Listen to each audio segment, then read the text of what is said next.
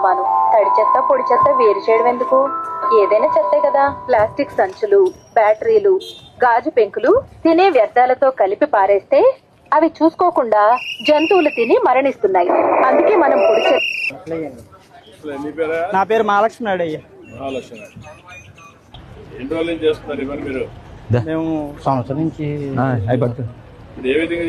చెప్పండి. ఇది తరి పొడి చెత్త సార్. ఇది తరి అండి. ఇది తడి సార్. ఇది భూమిలో కలిసిపోయిన చెత్త అంటారు. ఇది ప్లాస్టిక్ డబ్బరు అది తరిది పొడిదండి. ఇంటింటికి పోయి వాళ్ళకి సమాంతరం మోగుతూ ఉన్నది. ఒకవేళ లోపల ఉన్న వాళ్ళకి లోపలికి మోగు తినబడేలాగా, ఇంటి పక్కన ఉన్న వాళ్ళకి చెప్తాం సార్. తరి పొడి సపరేట్ చేయాలమ్మా. అది వాళ్ళు వినకపోతే మేము మళ్ళీ వాళ్ళకి చూపిస్తాం సార్. గోను పడిచి ఇప్పుడైతే మేమైతే ఒక 250 ఇళ్ళకి వెళ్తున్నాం సార్. ఇదిగోండి సార్ తెరి పొడి అలా చేసి ఇచ్చింది. చెప్పాం సార్. కరెక్ట్గానే ఉంటుంది సార్. తర్వాత పొడి ఉంటుంది